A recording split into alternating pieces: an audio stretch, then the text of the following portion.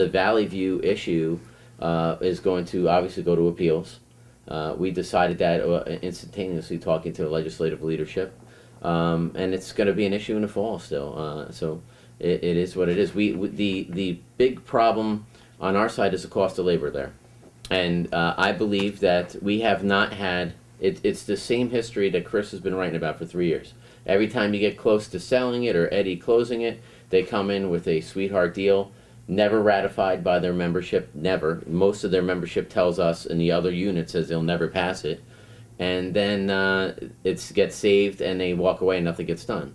Meanwhile, we are negotiating every other contract with the other remaining 5 unions in the county right now aggressively.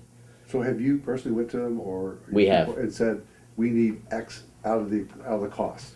We have. Or do you choose a number, or do you just? We have come and sat down with them, talked about the different costs, and frankly, members of the leadership have said that we can't take a pay cut, and that's the problem here. And one thing that I know these guys don't want me to talk about, but you guys wrote an article 2 months ago about a person accused of selling heroin on a controlled and some other prescription drugs illegally.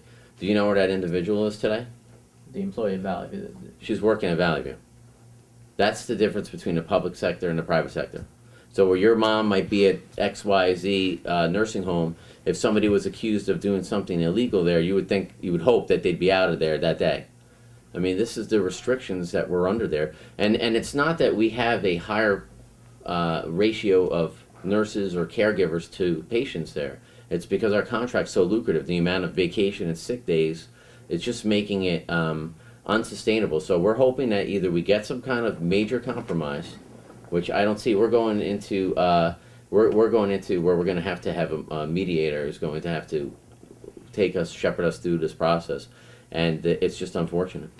That's what happened up at Golden Hill, right? The new owner is paying what, a third, a half in labor costs? I don't know what they're paying. I don't know what is the percentage. I know they're paying less in labor costs. Right. According to the patients, there the quality care is up. Right. And that's the two priorities should be number one, taxpayers. The patients taken care of there will always be taken care of. They will not be thrown out in the street. We have people calling us the day after the LDC vote, am I supposed to pick up my father because they're disconnecting him off of the machines at Valley View? That's disingenuous.